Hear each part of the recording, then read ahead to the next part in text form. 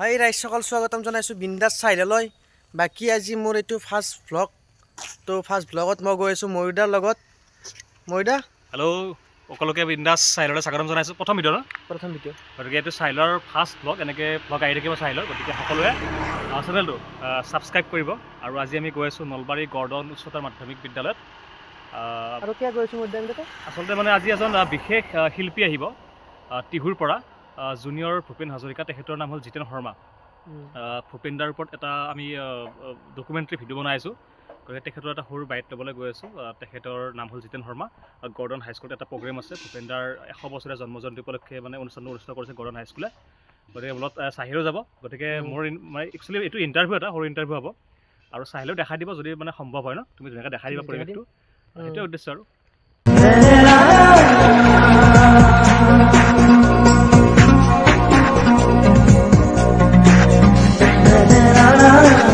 তো ফাইনেলি আহি পাই গ'লোঁ আমি গৰ্জন কলেজ, ময়ূৰদা আৰু মই। তো প্ৰিন্সিপালৰ তালৈকে যাই লওঁ। তাত মোৰ লগত আছে প্ৰিন্সিপাল ছাৰ। ছাৰ ধুনীয়া এটা অনুষ্ঠান চালোঁ। হয়, আচলতে ভাৰতৰত্ন সুধাকণ্ঠ বিশ্ববৰেণ্য শিল্পী ডক্টৰ ভূপেন হাজৰিকাদেৱৰ আজি জন্মদিন। আৰু এই জন্মদিনক সাৰোগত কৰি অসম চৰকাৰে এবছৰ বৰ্ষপূৰ্তি পাতিব।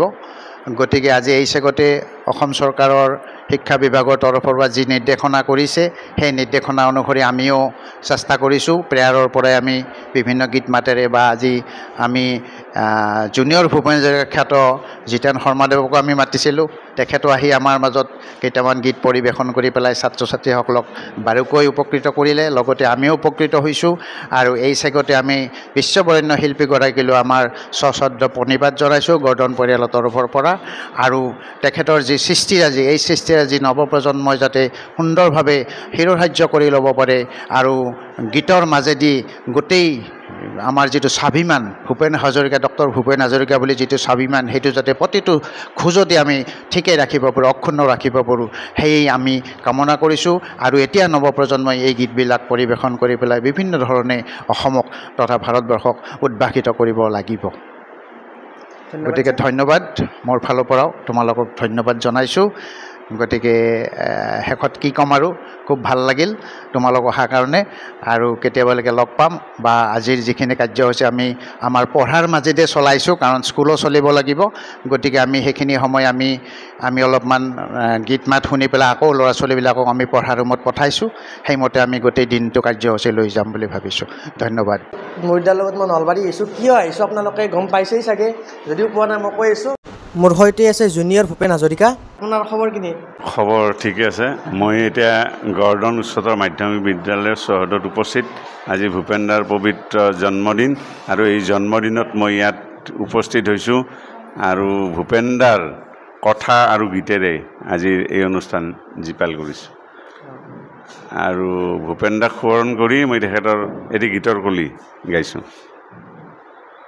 ঢাক ঢাক ঢাক ঢাক ঢাক ঢাক ঢাক ঢাক ঢাকেই বজালি, লাখ লাখ তহঁত থাকিও একো নেপালি, খাটি খোৱা তহঁতবোৰক দোষ্ট কৰি লৈ, কুবুদ্ধিৰে দৈত্যবোৰে তেজ শুহি লয়, যুগে যুগে ঠগ খায়ো নুবুজা হলি, লাখ লাখ তহঁত থাকিও একো নেপালি, ঢাক ঢাক ঢাক ঢাক ঢাক ঢাক ঢাক ঢাক ঢাকেই বজালি, লাখ লাখ তহঁত থাকিও একো নেপালি, ভেড়াৰ পালৰ দৰে আজি বাচি কিয় আছ, এন্ধাৰ এন্ধাৰ গলিৰ মাজত খন গণিছ, ভেড়া নহয় তেজাল ঘোঁৰা কিয় নহলি, লাখ লাখ তহঁত থাকিও একো নেপালি, ঢাক ঢাক ঢাক ঢাক ঢাক ঢাক ঢাক ঢাক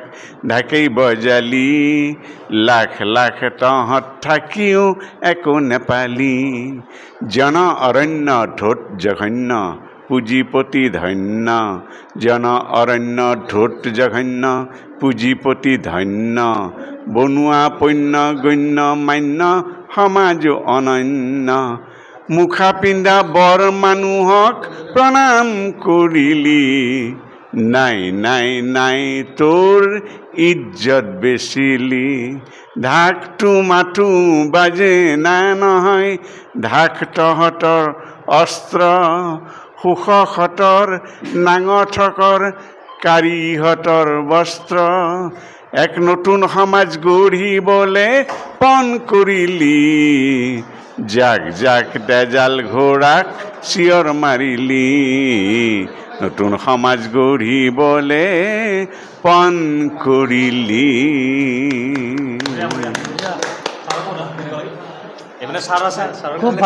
খুব ভাল লাগিল ছাৰক পাই নমস্কাৰ পৰা আহিলোঁ আমি মৰিদা আৰু মই ৰিল বনাব বাল্যেশ্বৰ মন্দিৰলৈ আৰু এইখিনি হ'ল মানে বালিলেচা কালি দেৱালয় আৰু মানে ইয়াতে মানে কথা মানে বহুতে কৈ থাকে আৰু মই বিশ্বাস কৰা নাই বস্তুটো কথাটো কম নেকি কৈ দি মানে ইয়াতে যদি তোমাৰ মানে এই গাৰ্লফ্ৰেণ্ড বয়ফ্ৰেণ্ড যদি একেলগে আহে বহুতে কৈ থাকে ব্ৰেকআপ হয় বোলে মই নাজানো বাৰু যিহেতু আমি ছিংগল মানুহ নাজানো বহুতে কৈ থাকে যে গাৰ্লফ্ৰেণ্ড বয়ফ্ৰেণ্ড যদি একেলগে আহে অহাৰ পিছতে মানে ব্ৰেকআপ হৈ যায় বোলে এতিয়া মই তেনেকুৱা কথা মানুহবিলাক সুধিব মন গৈছিল তাৰমানে যদি কোনোবা পাই যাতে তেনেকুৱা ব্ৰেকআপ হ'ল নেকি বুলি বহুতে কয় আৰু নাজানো কিমান সঁচা কিমান মিছা হ'ব পাৰে মিছা হ'ব পাৰে সঁচা হ'ব পাৰে বহুতে কৈ থাকে আৰু কৈ থাকে বাকী আমি ৰিল চিল বনাই লওঁ আৰু ৰিল বনাই আহি গ'লোঁ ধুনীয়াকৈ আমি হোটেলত চাহ খাবলৈ চাহ খাই ঘৰত যাম আৰু